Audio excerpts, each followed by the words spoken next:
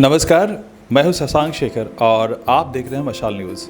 आज ख़ास दिन है, योग दिवस है आज हम बात करेंगे योग पर।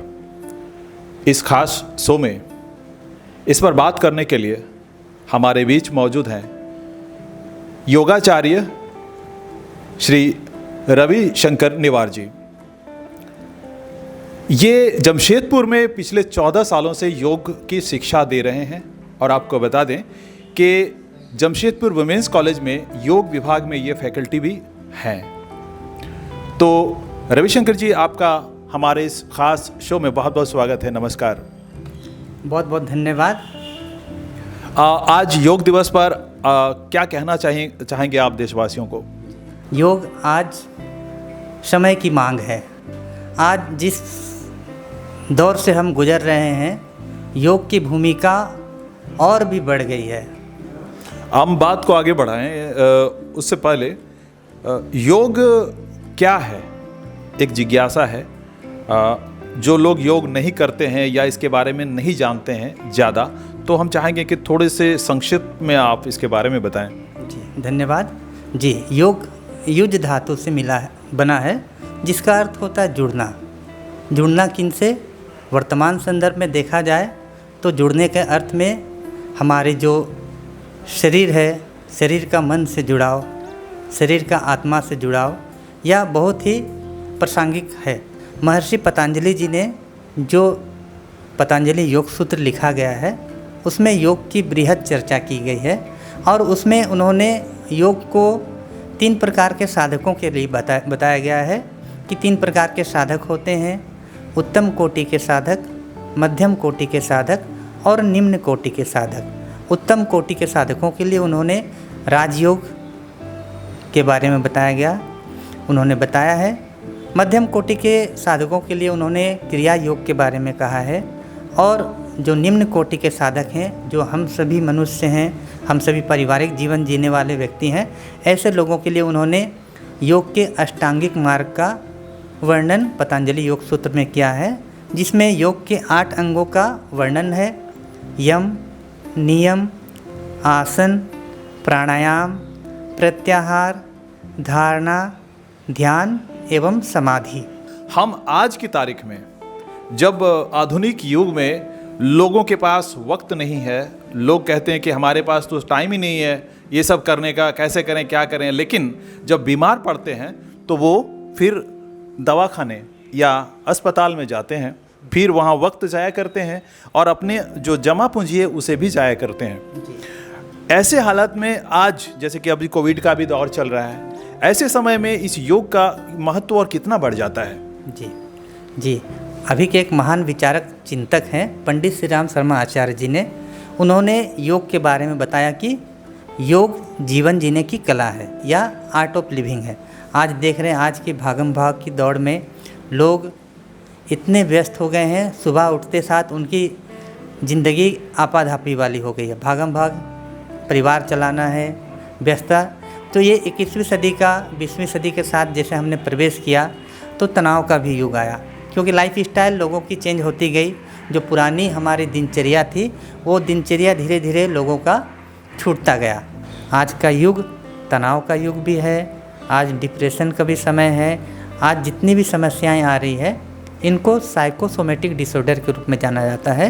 साइकोसोमेटिक डिसऑर्डर का अर्थ हुआ मनोशारीरिक रोग। ये रोग पहले हमारे मन को अपने वश में करते हैं और मन किसी प्रकार से मन द्वंद्व में रहता है, मन में किसी प्रकार की जो समस्याएं आती है, मन कमज़ोर हो जाता है, तो ये मन से शरीर में रिफ्लेक्ट होती हैं और शरीर में किसी भी बीमारी के रूप में, चाहे वो रक्तचाप के रूप में हो, डायबिटीज़ के रूप में हो, ओबेसिटी के रूप में हो, ये परिलक्षित होता है। तो हम अपने दिनचर्या को सुधारें, अपने यौगिक लाइफ स्टाइल का अनुसरण करें। आज के कोरोना के काल में मेरी यही सलाह रहेगी, आज के 7वें योग दिवस के अवसर पर, कि हम पूरी यौगिक दृष्टिकोण को अपनाएं। अगर योग को जीवन का एक अंग बनाया जाएगा तो लोग स्वस्थ रहेंगे, हमारे सारे अंग सही से सुचारू रूप से करेंगी और हम बीमार जल्दी नहीं होंगे। आयुर्वेद भी यही कहता है। आयुर्वेद कहता है कि दिनचर्या के बारे में, दिनचर्या का एक अभिन्न अंग उन्होंने व्यायाम को बताया है, और व्यायाम के रूप में हम लोग योग के अभ्यास का भी चयन करते हैं। दूसरा उन्होंने बताया है, योग का जो दूसरा हम लोग जानते हैं उद्देश्य, वो है आतुरस्य रोग प्रशमनम, माने कि जो बीमार व्यक्ति है वो व्यक्ति योग के अगर अभ्यास करता है तो उनकी बीमारियां ठीक हो सकती है। एक बात कोरोना काल में बहुत ज़्यादा प्रचारित हुई, ज़्यादा पॉपुलर हुई, इम्यूनिटी को लेकर बहुत बातें हुई, ये कैसे बढ़ाई जाए ताकि हम बीमार ना पड़े, हम संक्रमित ना हो। तो ये योग से अब कितना संभव है कि हम अपनी इम्यूनिटी को मजबूत कर सकते हैं?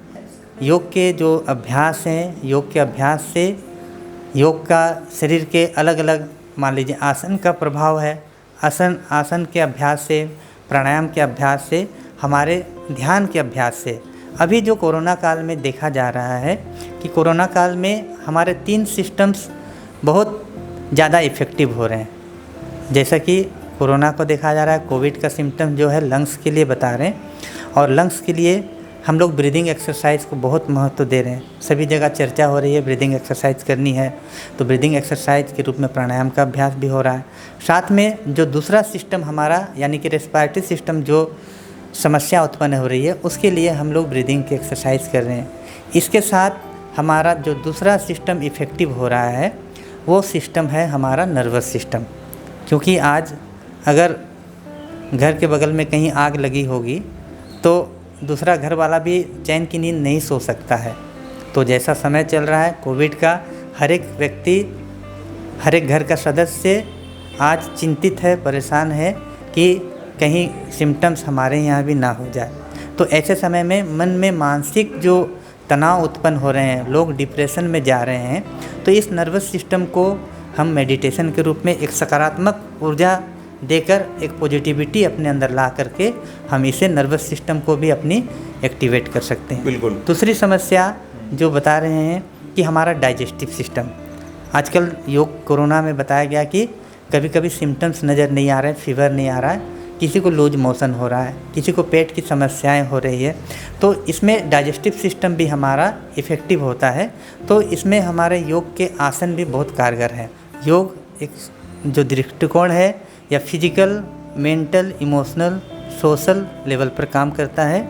और महर्षि सुश्रुत हुए हैं, उन्होंने बताया कि सिर्फ शरीर से स्वस्थ रहना स्वास्थ्य का परिचायक नहीं है, मन से भी हो, है ना, तो भावनात्मक रूप से भी हम स्वस्थ रहें। इन सारे चीज़ों का प्रबंधन योग से ही हो सकता है। एक थोड़ी सी बात बोलूँगा कि करना होगा सारे जग को, करना होगा सारे जग को, तो इसका गुणगान, बहुत है अपना योग महान, बहुत है अपना योग महान। इन्हीं बातों के साथ सभी का धन्यवाद। योग दिवस पर योग की ही बातें हो, किस तरीके से योग प्रचलित हुआ देश और दुनिया में पिछले कुछ सालों में हमने देखा है, और क्यों हुआ ये भी हम जानते हैं। कुछ बातें आज करेंगे, ख़ास तौर पे एस क्रिएटिविटी, ये यहाँ पे योग की ट्रेनिंग दी जाती है, और इसकी फाउंडर हैं शर्मिष्ठा रॉय, जिनसे आपको हम मिलवा रहे हैं, रूबरू करवा रहे हैं कि योग के बारे में तो बात करेंगे। उससे पहले ये जानेंगे कि ये किस तरह से योग से जुड़ी, योग की तरफ मुखातिब हुई। तो सबसे पहले आप अपने बारे में बताइए। सभी को प्रणाम। मेरा योग से मुखातिब होना बहुत साल पुराना नहीं, बल्कि 2-2.5 साल पुराना ही है। इससे पहले मैंने जर्नलिज़्म का कोर्स किया था। मैंने मास्टर्स इन मास कम्युनिकेशन का कोर्स दिल्ली IIM से किया है, और वहाँ मैं मीडिया से जुड़ी। मुझे रेडियो TV जर्नलिज़्म का बहुत शौक़ था। मैं बॉलीवुड मेरा स्ट्रीम था, मैं मुंबई का रुख मैंने किया, और वहाँ लाइव इंडिया न्यूज़ चैनल जो नेशनल न्यूज़ है उसमें मैंने एज अ एंकर रिपोर्टर मैंने काम किया। 5 इयर्स का मुझे जर्नलिज़्म में एक्सपीरियंस रहा। लेकिन जब मैं कॉलेज टाइम में थी, ग्रेजुएशन टाइम में, मेरा पेल्विक फ्रैक्चर हो गया था। एक्सीडेंट था, रोड एक्सीडेंट, और मुझे तब डॉक्टर्स ने ये कहा था कि शायद मैं कभी स्विमिंग नहीं कर पाऊँगी, मैं डांस नहीं कर पाऊँगी, और योग से तो दूर दूर तक का मुझे नाता तब लगा ही नहीं था कि मैं जुड़ पाऊँगी ऐसे किसी फील्ड से। तब मेरे लिए ये बहुत बड़ी बात थी कि मैं चल पाऊँ। बहरहाल मैं 8 महीने बाद चलना मैंने शुरू किया, धीरे धीरे स्टेप बाय स्टेप। बहुत सारी चीज़ें मुझे बताई गई थी कि मैं कभी माँ भी शायद ना बन पाऊँ, लेकिन आज मैं बहुत ही I am blessed with a very good and beautiful daughter. और जर्नलिज़म के बाद मैंने रुख वापस से जमशेदपुर की तरफ किया, क्योंकि मेरे पेरेंट्स की दिली ख्वाहिश थी कि मैं यहाँ पर शादी करूँ। शादी के बाद मुझे लगा कि मेरे लाइफ से शायद एक बहुत अच्छा मेरा हिस्सा मेरे लाइफ से चला गया, लेकिन my backbone, my father and my pillar, my husband, they supported me a lot. उन दोनों ने मुझे इतना सपोर्ट किया कि तुम फिर से अपना करियर बना सकती हो। तो उसके बाद जब मैं एक बेटी की माँ बनी तो मुझे पता चला कि मुझे बैक में अचानक से प्रॉब्लम्स होने लगी। मैंने डॉक्टर से कंसल्ट किया एंड दैट टाइम मुझे पता चला मेरे L4 L5 में कुछ नसें दबी हुई हैं। मैं फिर से ब्लैंक हो गई कि अब मुझे क्या करना है। तो तब मुझे डॉक्टर्स ने कहा कि मुझे सर्जरी करनी होगी, तो मुझे सर्जरी नहीं करवानी थी। तो मैंने पूछा यानी अदर ऑप्शन फॉर दैट, तो उन्होंने कहा कि you can go for yoga. तो तब से मैं योग से जुड़ी हुई हूँ। योग शुरू किया मैंने, सुभाषिष भादुरी सर हमारे गुरु हैं, उनसे मैंने योग का प्रशिक्षण लिया। उन्होंने मुझे वुमेंस कॉलेज का रास्ता दिखाया, जहां मैंने फिर से PG diploma in yoga therapy का कोर्स किया। पतंजलि हरिद्वार से मैंने 18 दिन का इंटर्नशिप कोर्स किया। वहां मेरे रवि नेवार सर थे, जिन्होंने हमें मतलब थ्योरी के पूरे पार्ट की जानकारी दी, योग के विषय में, योग के इतिहास के बारे में, योग के महत्व के बारे में जानकारी दी। इससे पहले योग से मैं कहीं से भी नहीं जुड़ी थी। मुझे पता भी नहीं था कि मेरे फ्यूचर में कभी मैं डांस स्विमिंग कर पाऊँगी कि नहीं, लेकिन जब मुझे योग के महत्व के बारे में पता चला, और आप मुझे आज देख सकते हैं मैं हर तरह के पोस्चर्स को करने में सक्षम हूँ। मैं खुद अपनी एक एकेडमी चलाती हूँ, मेरी बेटी योगा एक्सपर्ट है। मैंने खुद इस चिंबुम डिस्ट्रिक्ट योगा चैम्पियनशिप का खिताब जीता है, और आज मैंने रैम भी मैं करती हूँ, मैं स्विमिंग भी करती हूँ, मैं डांसिंग भी करती हूँ, और मैंने फिर से अपनी ज़िंदगी को जीना सीख लिया है। और अभी मैं MA इन योगा के 2nd सेमेस्टर में भी हूँ। जी, आप बोलते रहिए, अच्छा लग रहा है। आपकी जर्नी जो है ना बड़ी इंटरेस्टिंग रही। आप मीडिया से जुड़ी रही, मीडिया में रहते हुए आपने बहुत काम किया। आपको देखकर पहली दफ़ा तो नहीं लगा कि आपने इतना सब कुछ कर लिया है, लेकिन किया है आपने, ये सच्चाई है। अब बात क्या है कि मीडिया से नाता टूटने का और योग से जुड़ने का, मतलब मीडिया से नाता टूटने का गम कुछ है या योग से जुड़ने की खुशी है, क्या कहेंगे इस पर? देखिए, दोनों मेरे लिए बहुत इंपॉर्टेंट है। वो मुंबई जो थी वो मेरी कर्म भूमि थी। योग भी हमें बताता है कि योग कर्मस्य कौशलम, यानी कि कर्मों की कुशलता ही योग है। जिससे मुझे पहली पहचान मिली, मैं उस पहचान को तो कभी नहीं भुला पाऊंगी, जिससे मुझे दुनिया ने जाना।